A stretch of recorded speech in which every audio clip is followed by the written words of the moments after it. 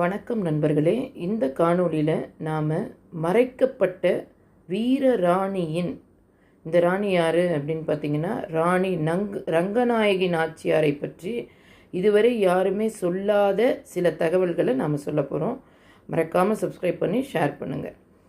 வாழ்க்கையை பற்றி தெரிந்து கொள்ளப் போகிறோம். தன்னுடைய நாட்டையும் மக்களையும் காக்க தன் உயிரையே தியாகம் செய்ய தயாரானவர் சிவகங்கை சமஸ்தானத்தின் வீர ராணி ரங்கநாயகி நாச்சியார். ரங்கநாயகி நாச்சியார் சிவகங்கை அரசனான முத்துவடுகநாத தேவர் என்பவரின் மனைவி. அவர்கள் இருவரும் தமிழ்நாட்டின் தெற்கு பகுதியில் அமைந்த சிவகங்கை என்ற சிறிய அரசை ஆட்சி செய்தனர்.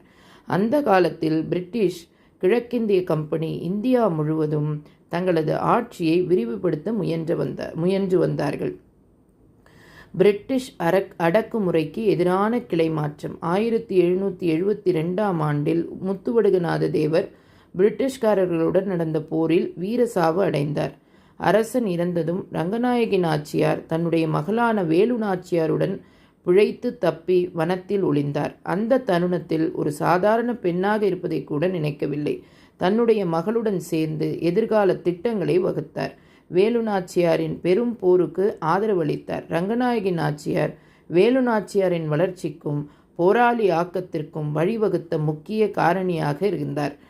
தாயாக மட்டுமல்ல, ஒரு உன்னதமான ஆலோசகராகவும் செயல்பட்டார். தாயும் மகளும் இணைந்து நரசிங்கரையார் மற்றும் மருதபாண்டியர்களின் உதவியுடன் தனக்கு சொந்தமான சிப்பாய்கள் படையெடுத்து சிவகங்கை அரசை மீட்டனர். பல வரலாற்று ஆவணங்களில் வேலு நாச்சியாரின் பெயர் முதன்மையாக வரும்பொழுது ரங்கநாயகி நாச்சியாரின் பங்களிப்பு பின்பலத்தில் மறைக்கப்படுகிறது. ஆனால் உண்மையில் தலைமையும் திட்டமிடலும் பொறுப்பும் கொண்ட தாயாக மகளின் போராளி ஆவணத்திற்கு காரணம் ரங்கநாயகி நாச்சியார் தான். வேலு நாச்சியார் வெற்றிகரமாக தன்னுடைய அரசை மீண்டும் கட்டி எழுப்ப பின்னர் தன்னுடைய தாயை மிகுந்த மரியாதையுடன் சங்கரியின் சாயல் என அழைத்தாள். இத்தகைய தாய்மையும் துணிவும் கொண்ட ராணிதான் ரங்கநாயகி நாச்சியார். இன்று நாம் வீர ராணிகள் குறித்து பேசும்போது வேலு நாச்சியார் பெரிதும் பேசப்படுகிறார். ஆனால் அந்த மகத்தான போராளியின் பின்னால் ஒரு சக்தியான தாயும் இருந்தார், ரங்கநாயகி நாச்சியார். அவரது தியாகம், துணிவு மற்றும் வாழ்க்கை நமக்கு இன்றும் பெரும் முன் உதாரணமாக இருக்கிறது.